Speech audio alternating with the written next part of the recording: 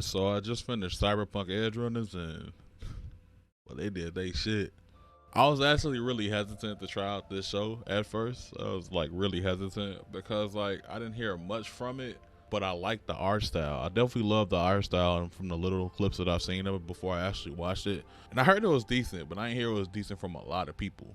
So one day I just said, fuck it, what's the worst that could happen? And me and my homie started watching it. And my nigga, this shit is goated. Like this shit is amazing. For as far as a non-sequel anime like from this year, I think this is along like the top dogs of 2022. Like alongside Blue Lock, Chainsaw Man, Spy Family, and Kotaro Lives Alone. If it isn't obvious already, there will be spoilers. So from this point on in the video, you've been warned. Also, before we get into it, I've noticed that only 5% of my viewers that's watching my video subscribe. So I'll give you a second to do that and like the video. Okay? So, you know how we do things around here. We're going to start off with the story. Let's talk about the story a little bit. Quickly before I start, I'd like to show love to, oh goddamn, Bartos Stybor.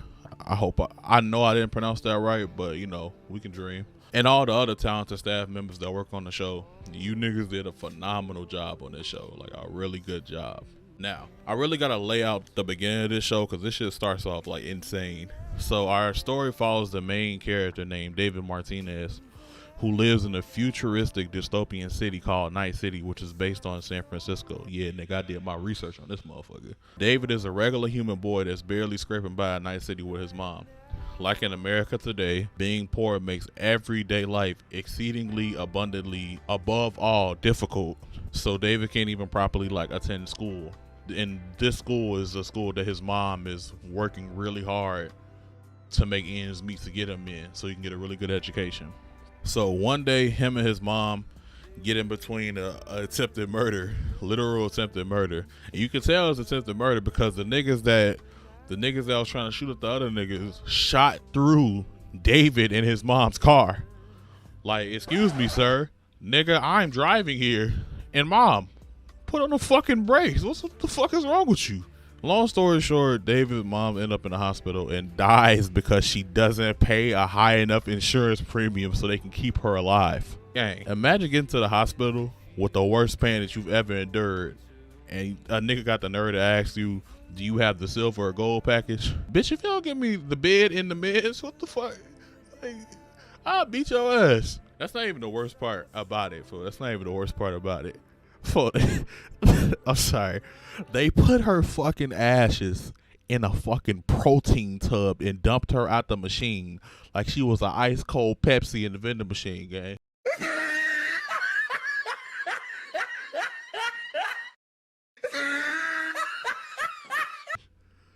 Like, yo. Yo, gang.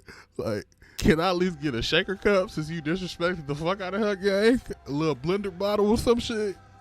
So after all this, David drops out of high school, gets this cyber implant that his mom had in her possession, implanted in him to defend himself.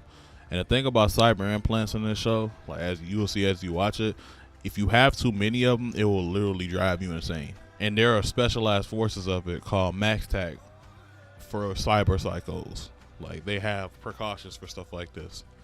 And you see it in the first episode, like the first part of the first episode, you actually see a cyber psycho. So I'm not going to explain the whole story. I'm just going to explain up to that point. But after that, you meet the crew and David finds out his mom was in some shady business here and there. And from that point on, David is doing jobs and growing closer with this crew. I want to keep some surprises at least. So let's move on to the characters. I love the characters in this anime. You got Dave, the main character, who gets some crazy character development throughout this show. He starts off in the crew as some soft, hesitant, like really inexperienced rookie type guy. But as the story progresses, he turns into this cold-blooded, crazy, psycho-ass killer dude. Like those cyber implants literally drove him insane, and insane to the point where he actually killed innocent people. I don't care. This nigga raw as hell. I love David's character. Then you have Lucy, which is David's super ride or die companion. Like she ride or die for David, like Rim ride or die for Subaru. Like, she's a really cool character with a really interesting background. Her backstory is really cool. Her main motive is just to keep David like safe and make sure he doesn't have to go through any of this, and the feeling is reciprocated. David's main motive is pretty much to keep her safe. Then you have the leader of the crew, Maine. He gets a shit ton of character development, and David gets to see firsthand how badly the cyber implants can fuck you up, and you just see him spiral into madness. It's so wild to see, but it's like poetically beautiful, and the way they present it is really cool too, like the hallucinations and shit that he be having. Like, it's really cool. Then we have Rebecca, which is a super funny, really animated, and well-written character who really cares a lot about David too. Too bad Adam Smasher Goomba stopped her shit. Did her ass filthy for it. It hurt to see her die for, but the way she died was wild for. Like, I had to laugh. My jaw was dropped though, but that shit was funny. Then we have the rest of the characters like Faraday, bitch ass nigga, Doc, Kiwi, Dorio, Falco, Pilar. Like, there's a decent amount of really good characters in this show. Like, there's a lot of characters you could actually fall in love with this show. This story has a lot of really good characters, bro. And I'm not gonna lie to you, bro. There's a decent amount of unexpected death in this show. So be very, very careful to who you get attached to. I'm just gonna throw that out there now. Treat this like you would treat a comic that got killed. Now, let's move on to the looks, presentation, and music. First off, hats off to Studio Trigger and CD Projekt Red. If you don't know CD Projekt Red, I think they're responsible for making the Witcher games, and the Witcher games create these big, vast open worlds.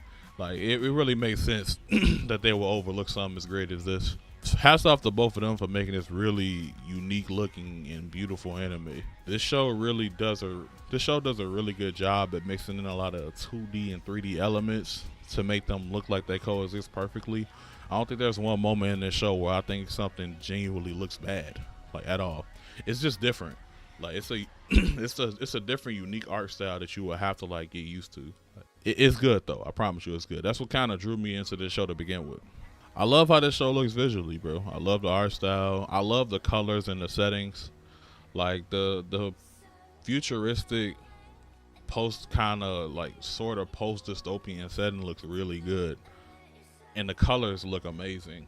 Like, all the neon colors and the neon streaks of light they use, bro, it just looks really good. It really sets up the night city. It really sets it up to look really amazing during these set pieces. The actual setting, Night City, looks so cool. It's kind of scary because, like, that could be America in 100 years. Like, it's very scary. Like hopefully they don't put my OG in no protein tub. I'd be mad as fuck. Like, you gonna have to get one for me too.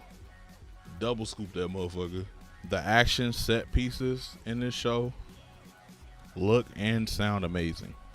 Hats off to Akira Yamaoka for the music in the show. I really love the music choices made, especially bringing in the end theme during those really super important moments. Like, it's just fucking chef's kiss. Like, it's beautifully done, bro. I really love the music choices and the sound design in this show.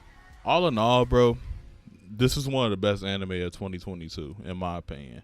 And I'm so glad that I didn't put this on the back burner for any longer. As far as the shorter anime experiences out there, like the 12 episoders, this is definitely towards the top. It offers a bunch of story in a small amount of episodes, and they're all paced really well. Watch this show. You will like it. I promise you will. Like, this is a really good fucking show. That wraps up the video right there. So if you enjoyed this video, man, make sure you hit the like and subscribe button. Really helps me with the algorithm, really helps me reach new people. And also hit the notification bell to know when I post. And as always, man, have a good day.